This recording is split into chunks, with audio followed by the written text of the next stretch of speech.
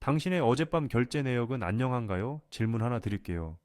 최근 일주일 동안의 결제 내역을 한번 떠올려 보세요. 그중 정말 필요해서 산 물건은 몇 개나 되나요? 아마 상당수는 필요가 아니라 기분 때문에 산 것들일 겁니다. 퇴근길 상사에게 한 소리 듣고 마음이 헛헛해져 시킨 3만 원짜리 마라탕과 꿔바로 인스타그램에서 우연히 본 저걸 가지면 내 삶이 더 근사해질 것만 같아 할부로 긁은 향수 혹은 스트레스가 극에 달한 날 이 정도도 못 사면 내가 왜 사나 싶어 충동적으로 예약한 호캉스까지 우리는 지금 필코노미 시대를 살고 있습니다.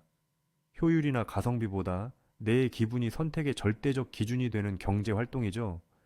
현대인들에게 소비는 단순한 물건 구매를 넘어 상처받은 자아를 치유하는 긴급 수혈과도 같습니다. 그런데 이상한 점이 있습니다. 왜 내 기분을 달래는 비용은 갈수록 비싸질까요? 5천 원짜리 초콜릿 하나로 충분했던 위로가 왜 이제는 몇십만 원짜리 명품이나 여행이 아니면 채워지지 않는 걸까요? 오늘은 우리 뇌가 감정이라는 명목으로 우리 지갑을 털어가는 교묘한 심리 기제를 파헤쳐 보겠습니다. 왜 기분이 안 좋을 때 우리는 더 큰 돈을 쓰게 될까요? 하버드 대학교의 심리학자 제니퍼 러너는 이를 증명하기 위해 아주 흥미로운 실험을 진행했습니다. 연구진은 학생들을 두 그룹으로 나눈 뒤 한 그룹에게는 아주 슬픈 영화를 보여주었습니다. 소중한 사람을 잃거나 깊은 상실감을 느끼는 내용이었죠. 다른 그룹에게는 감정에 동요가 없는 평범한 자연 다큐멘터리를 보여주었습니다. 영화 시청이 끝난 뒤 연구진은 학생들에게 아주 평범한 물건인 수첩 하나를 보여주며 물었습니다. 이 수첩을 사기 위해 최대 얼마까지 낼 용의가 있나요?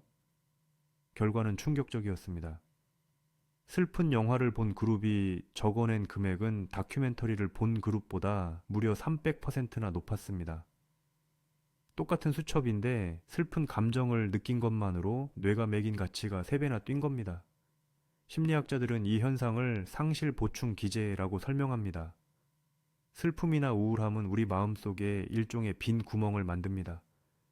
이때 우리 뇌는 무의식적으로 이 구멍을 채우기 위해 외부의 자원, 즉 물건을 끌어오려고 합니다. 내 가치가 낮아졌다고 느낄 때 비싼 물건을 소유함으로써 그 가치를 인위적으로 끌어올리려는 것이죠. 결국 우리가 지불한 비싼 비용은 물건값이 아니라 바닥난 자존감을 메우기 위한 복구 비용이었던 셈입니다. 이제 우리 뇌 안에서 어떤 일이 벌어지는지 조금 더 깊이 들어가 볼까요? 우리 뇌에는 이성적인 판단을 내리는 전두엽과 즉각적인 쾌락을 쫓는 보상 회로인 도파민 시스템이 있습니다. 정상적인 상태에서는 전두엽이 그건 너무 비싸 나중에 후회할 거야 라고 제동을 겁니다. 하지만 스트레스를 받거나 기분이 극도로 나빠지면 전두엽은 에너지를 잃고 파업에 들어갑니다. 감정을 조절하는데 에너지를 다 써버렸기 때문이죠. 이때 주도권을 잡는 것이 바로 도파민입니다. 결제 버튼을 누르는 순간 우리 뇌 측좌핵에서는 도파민이 폭발적으로 분비됩니다. 드디어 샀어, 이제 행복해질 거야 라는 강렬한 보상을 주는 거죠. 하지만 도파민의 유효기간은 아주 짧습니다. 문제는 여기서부터입니다.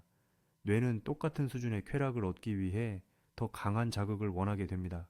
이를 쾌락 적응이라고 합니다. 지난달엔 치킨으로 행복했다면 이번 달엔 호텔 뷔페를 먹어야 뇌가 만족합니다. 기분을 사기 위한 감정 물가가 천정부지로 솟구치는 이유입니다. 우리는 사실 물건을 사는 게 아니라 뇌가 요구하는 점점 더 비싼 도파민 요금을 지불하고 있는 것입니다. 그런데 왜 우리는 비싼 돈을 쓰고 난 뒤에도 이 소비가 잘못되었다고 느끼지 못할까요? 여기서 앞서 언급한 반사실적 사고와 사후 확신 편향이 등장합니다. 큰 돈을 쓰고 나면 뇌는 인지 부조화를 해결하기 위해 퇴로를 차단합니다.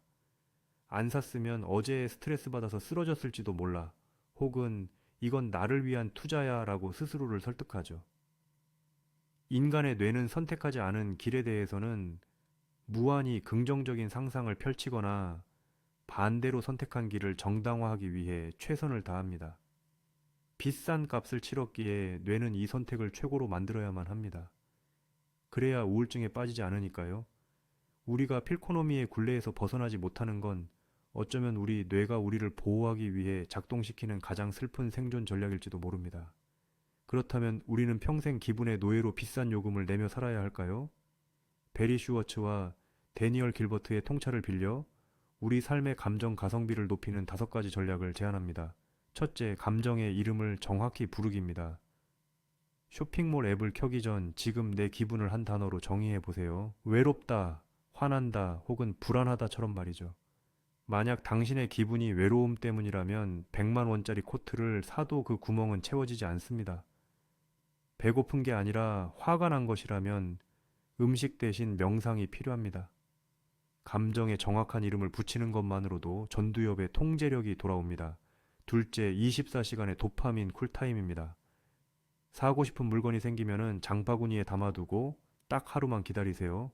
도파민이 휘발되고 전두엽이 다시 업무를 시작하는 시간입니다. 다음 날 아침 다시 그 물건을 봤을 때 어제의 그 절박함이 사라졌다면 당신은 방금 몇십만 원의 기분 요금을 아낀 것입니다. 셋째, 충분해의 철학입니다. 극대화자는 최고의 기분 전환을 찾지만 만족자는 충분히 괜찮은 상태를 찾습니다. 오늘 너무 힘들었다면 꼭 비싼 레스토랑이 아니어도 됩니다. 따뜻한 물로 샤워하고 좋아하는 책을 읽는 것만으로도 오늘 이 정도면 충분히 괜찮았다고 설정값을 낮춰보세요.